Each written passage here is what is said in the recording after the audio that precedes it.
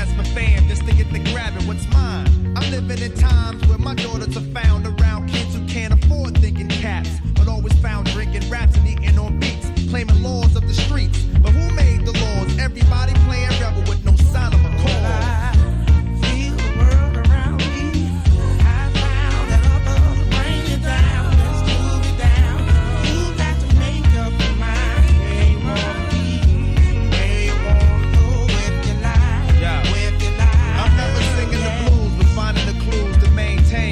And I've been blessed to reign supreme over nearly every dream I had, and I made it come true. I'm an imperfect man and I'm holding the clue to perfection. It doesn't seem to matter what direction I look. I find people setting traps, trying to find a goal without having any map. Even friends of mine jumped online just to become my adversary. They felt they were entitled to the dairy I made.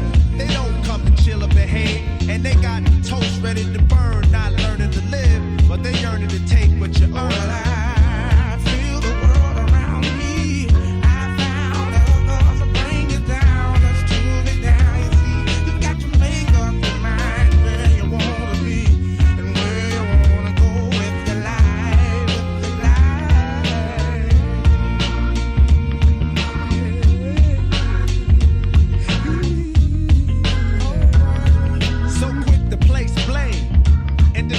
Shame we bring upon ourselves. So many names held accountable for my own account. When a large amount was weight that I made and shape. When I climbed, I found it was hard to find others around to point my fingers at, which made me realize the truth. The biggest suppressor could be your own ego, looking for an excuse to plant roots in a field of self-sorrow to sprout and follow the first thing you feel. Nourishes your hunger to be respected. It gets hectic, and when I'm watching the news and my daughter walks in and chews to ask, why were all those people on the floor, sleeping covered in red? I told her that they were looking for God but found religion instead.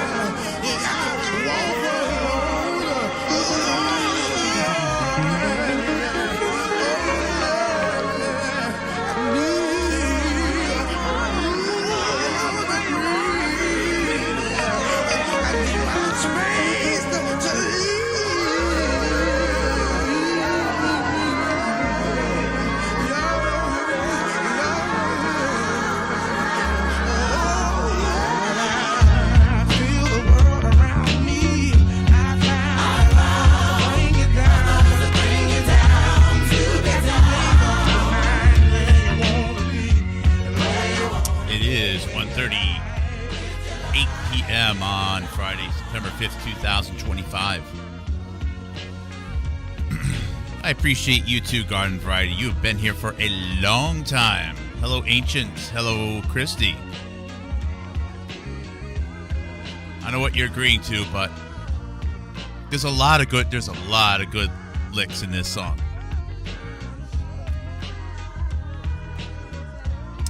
Okay, what are we calling this one here? Thing that you're going to have to deal with, you're going to have to prepare yourself for, are some very bold and strongly worded statements in my titles. This is the best 9/11 research in the world is here. Here. And I don't want that to be true. I don't want it to be true, because that means that I have some type of responsibility. And it also means that there's so many other people not doing their job. And one of the reasons why it is so awesome, amongst the many, is, and I'm not sure if this is pushing the envelope or pulling it, but it's the continuum. There is a continuum of individuals who were involved, were involved with, and when I say involved with, I mean quoted, their input mattered. The positions that they were in were highly visible. for September 11th, 2001, and COVID-19. Now, certainly there are people, I mean, given the fact that there's 19 years between those, many people, a full career, tenured career where you get your retirement is 20, 25 years. So government officials who had a job then and then had a job 20-something years later, there's many, right? But there are a multitude of key scientists and public health policy officials who were highly visible with September 11th, 2001. And many also then with the event that happened 16, 18 months after that, which was SARS-CoV-1, or SARS 2003. And then many events in between, but in particular also have a prominent role with respect to COVID-19. There's many. Now, I'm not surprised that there's a few. Anthony Fauci would be is a very interesting example, where he was the director of the NIAID for 16, 18 years before September 11th, 2001. And of course, he was highly visible because of the concerns of biological terrorism throughout late 2001. And then very visible was SARS 2003. Of course, he's a prominent person, the director of the agency. And then he's the key person on the podium during COVID-19.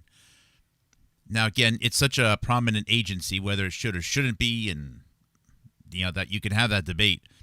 But that one isn't necessarily that, you have to look at that, right? Because there's probably police commissioners in different cities that have been around for that long. But that's an example of one where, yeah, it's interesting, but at the same time, it's not without explanation.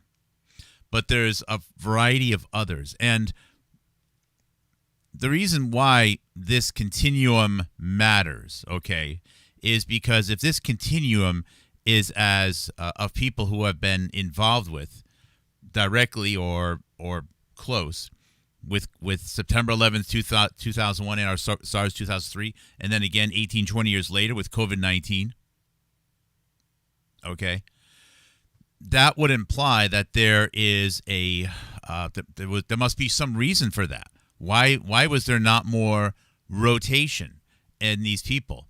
Now, if these major events were 5 years apart, it wouldn't be that big of a deal. But they're basically 20 years apart. 20 years apart. And in many cases, the full cast of individuals around certain concerns of COVID, of September 11th, 2001, appear again with COVID-19. How could that possibly be? Now, if there is a reason for that, well, then what would that reason be? Is it because that they are the most skilled people in the world? For example, Dr. Stephen Hatfield and Dr. Meryl Nass. Meryl Nass was, I believe, one of the only people to interview Bruce Ivins, the person who committed suicide and was blamed for the anthrax letters. Meryl Nass had a prominent role before September 11th, 2001. She was the main scientist or advocates fighting for the troops so that they didn't have to take the old anthrax vaccine. That was Meryl Nass, and I'm just going to change the background a little bit here. Okay, just so it's not moving. Some people say they get a little bit of motion sickness with the background always moving like that. And Stephen Hatfield was the person who was suggested to be the primary suspect of the anthrax, or I should say primary suspect for sending the anthrax letters. Now, I don't think he actually did, but he was accused of it, and then he had a very visible acquittal. He was able to sue for some money, and then he's on the Steve Bannon War Room broadcast in late January of 2020 as the one of the most senior people in the world, talking about SARS and COVID-19 and China and everything else. It is like those two individuals and how closely they orbited each other, going all the way back to anthrax letters, September 11th, 2001, and then almost 20 years later. Now, I'm not going to make a strong assessment of their capabilities, but they can't possibly be. They don't strike me as two incredible, independent thought leaders who have unparalleled success in their particular fields, thus that being the most likely explanation for why they are still so visible 20 years later. Okay? So if it's not their unparalleled capabilities, their unmatched success, then what is it? Now, maybe I assume that most people don't think that this is a question that they need to ask. All right, I think it is a critical question to ask, because if the answer that I'm going to suggest is true, it further validates my September 11th, 2001 hypothesis. Now, to review my September 11th, 2001 hypothesis, and I think it's pretty clear, is that there was, and this is without question, nonstop, all hands on deck, speculation, talk, planning for a biological terror attack in New York City, which was going to be anthrax or smallpox dropped out of crop dusters onto the crowd. It was going to lead to a war in Iraq. It was going to be the responsibility of Saddam Hussein. And because the old anthrax vaccine was unsafe and couldn't be made fast enough, thanks to Meryl Nass and a variety of other people, there was going to be no option to protect the United States military other than to accept experimental gene therapy vaccines. Effectively, all of this is documented in the Germs book. Even the very first sentence. This is Judith Miller's book. All of it is documented. And then you get down to the fact that, the Flight 93 crash site being only 10 miles away from where Robert Malone is setting up a laboratory that is the only center of excellence ever for Walter Reed, and even has an Internet 2 data pipe, high-speed data pipe, going from Walter Reed to there so that they can collect medical data and cancer data on the United States military and then probably send it who knows where via a National Cash Register backup. Even Robert Malone is a critical person in this. All three. But my hypothesis is that was the plan, and the plan didn't go. It didn't happen. It would have been catastrophic for the United States military if those shots were all hot shots, meaning not placebos.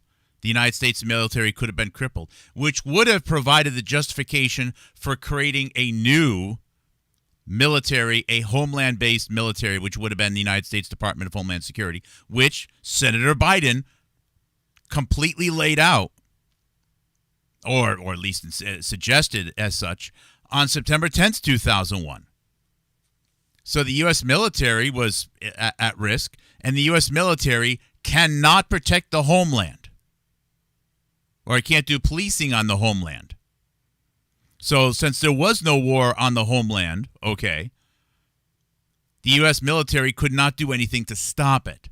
And U.S. military health was at risk. U.S. military budgets were being cut. You add this up. I'm not saying that it was a good idea, but what I am saying is this is potentially a justification for aborting such an operation. Thousands are going to die one way or the other. We are at war within factions of the United States government. So, if the abortion, if the termination, if the preemptive counterattack of September 11th was not planned by most people, well, then that means that there's a list of several dozen or a couple hundred people that know absolutely what was going to happen, probably around Thanksgiving of 2001. there are people who know that there was going to be anthrax or smallpox, aerosolized, dropped on American crowds to kill people around Thanksgiving of 2001. They know it because they were part of the planning.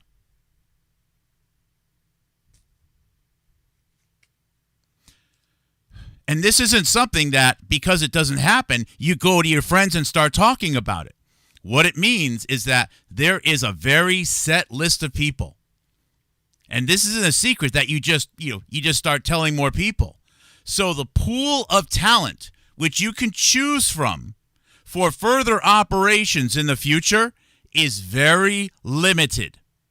It's limited to many of the same people that were involved in this September 11th planning.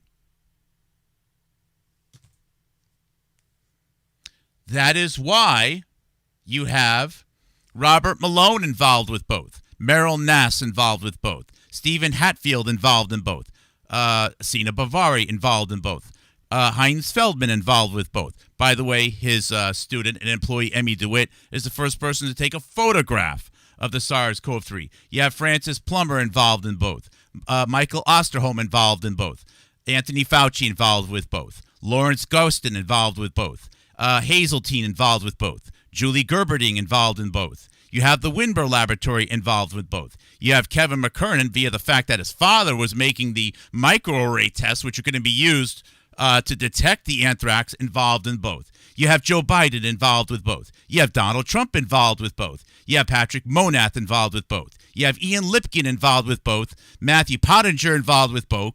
Malik Pierce involved with both. Leo Poon involved with both. John Wolfe involved with both, if you consider the fact that he was assassinated at the beginning of 2020. Tara O'Toole involved with both. Peter Daszak involved with both. And to some extent, Andrew Wakefield involved with both. And this isn't even a complete list. This is just a list that I started 25 minutes ago. I know there's many more. There have been probably at least 250,000 scientists added to various positions, which could have had some more influence here. But why is the list of people who have these public roles so incredibly short?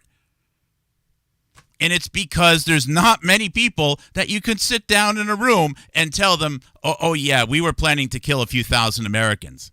Because the opportunity to get the HIV, or I should say the new gene therapy vaccines out there, is the most important national security priority, as was being presented to us in the Big Shot AIDS Vaccine book, which came out the week after September 11th, 2001. Oh, yeah, this does include John Wolfe in it, the primary guy that was responsible for the technology that Robert Malone claims takes credit for. And John Wolfe, who died, I think, a week or two away from, oh my goodness, the woman that should have been the real star of Children's Health Defense and died of esophageal cancer. Basically the same thing. There is a continuum, and there's other ways of looking at it as well.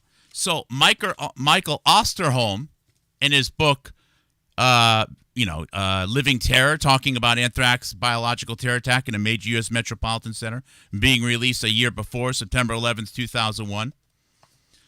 What are the odds that the whistleblower, Andrew Huff, his postdoc instructor is Osterholm?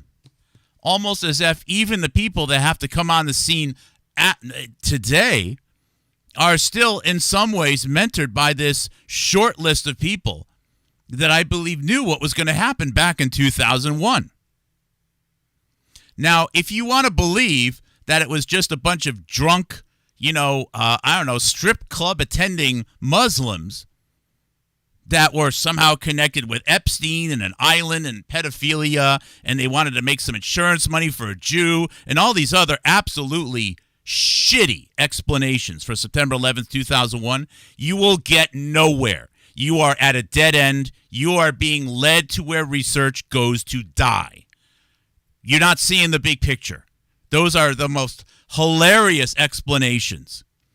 Ridiculous, absurd. And if you want to follow the money, Like, who's the mustache dude guy who's now, I think, taking some roids says. Can't think of his name either. I don't really want to say it either way. Follow the money. Sure. That means more than just following the fact that there's a relative of George Bush that made a few $1 million on the stock market. If you follow the money, then you have to acknowledge the fact that tens of trillions of dollars were at stake with respect to the opportunity to use large portions of the population for medical experimentation and advance the technology, which is the product of the longest running, most heavily funded product in all of human civilization.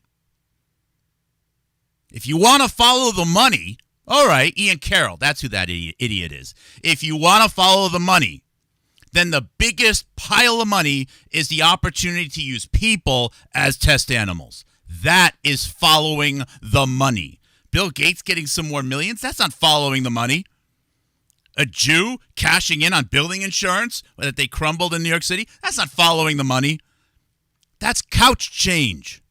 That's joke. We need to go in the tens, or even hundreds of trillions of dollars. If you want to do some stupid back-of-the-napkin math, figure out how much the average medical malpractice lawsuit pays out in the United States and multiply that by the population. You could have some absurd back-of-the-napkin math that the current value of the United States population is several thousand trillion dollars. That's where the money is. That is where the real money is. So I could probably spend another 10 hours diving into every single one of those names and make convincing, compelling examples as to why it's absurd that there is not a larger cast. And Julie Gerberding, by the way, was sitting, 2 seats over from Rick Bright in that was it October or November 2019 presentation where Bright was talking about, printing out vaccines and putting them on a patch and so on. She's there. She's still part of the story. I think she's in her more senior years right now. But either way, why is there such a limited pool of people? Larry Ghostin was actually documenting how to burn the Constitution because of concerns of RNA pandemics and biological terrorism in 2000. And it's his student, Rebecca Katz at Georgetown, that first told the United States of America that we had a COVID-19 patient. That's no coincidence. It's because there's a very short list of people that I think know how bad it really is and how serious this situation is. You can't just recruit people and tell them this stuff. You need to find people that have been able to hold on to these types of secrets for 16 to 17 years. If they haven't spilled the beans in 16 to 17 years, odds are you can trust them for COVID-19.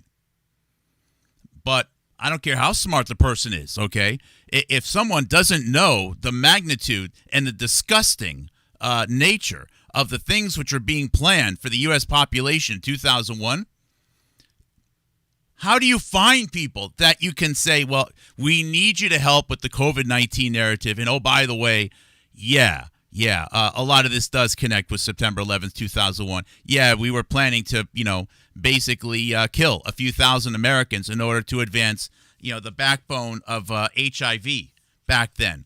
And it was going to be in the form of an anthrax vaccine, which Meryl Nass made sure Americans couldn't take. They even killed Fuad El-Hebri, the guy who bought Bioport Dyneport. He died in, 2022? I'll bet you, because even he was starting to get to the point like, I can't take this shit anymore. And I'm sorry for the cursing. This is very serious stuff, but this is why. If you want to keep these events separated, and if you can't observe, what are the odds that all of these key people are the same for both events? There's no explanation for it other than there's a very short list of people that they weeded out and they knew they could trust. That's probably why they had to get rid of Francis Plummer as well. Francis Plummer knew the whole SARS 2003 thing was a scam.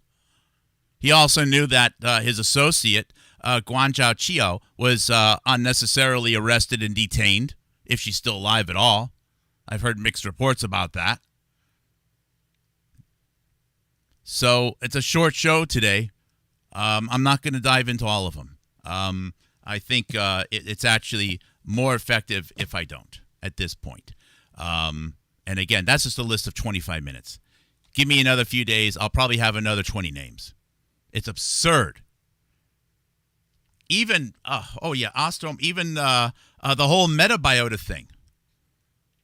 I mean, Nathan Wolf was involved with people that were core to the Ebola narrative all the way back in 2001, 2002. You know that Thomas Monath, who did the West Nile virus vaccine, was one of the lead board members of Metabiota, or science officers, if you will. I mean, come on. Boss of Robert Malone for the Ebola vaccine at Newlink Corporation in 2014. There's a reason why it's a small list. There are hundreds of thousands of scientists who are working with transfection every day, as Jonathan Cooey, Giggle Home Biological says. Why are there such a short list of people that are on podcasts and talking about this stuff? Why are they capping it to people who mostly seem to have a connection one way or the other? I'm not saying they did it, but I'm saying they knew about it and had some level of complicity by not talking about it. That's why the list has been so short. And the fact that the list is so short because of that further validates my hypothesis. And until people stop all this other crap and basically drop their pants with joy every time they can tie Jeffrey Epstein into something, you and the rest of the research world are going nowhere. You're captive. You're held captive by people who somehow or another are connected to State Department dollars. So, short show today. Hope you don't mind. Maybe I'll do a reading later. I don't know. We'll see. I love you guys very much. By the way, I did finish the scan in of 2 big books that I am happy to announce to you. One of them is this is the first edition of Thomas Brock, Biology of Microorganisms. Now, this is really more of a college textbook. It was written in 1970. It's 700 or 800 pages. I'm not saying to read this, okay? But you can download it now from my books tab. It's the only available electronic copy of this book in the world. No one else has done it or made it available to you. So that's right now. And the other one is RNA phages. RNA phages, that's right. Phages, bacteriophages containing RNA. That's funny. I thought RNA was only in viruses that came out of cells. No kidding, Mr. Kulak. They come out of bacteria too? You bet your ass they do. And this was written by Norton Zinder. Norton Zinder is one of the best top students of Joshua Lederberg. Matter of fact, they did a lot of their work together. You know Josh Lederberg, one of the most important American thinkers, scientists, and policymakers in our history that no one likes to talk about unless it's to smear him with a Jeffrey Epstein reference or some other garbage. RNA phages, baby. But there's a lot more to it that I'm not capable of speaking about, so stay tuned. That's it, everyone. Thank you. Take care. See you tomorrow. God bless.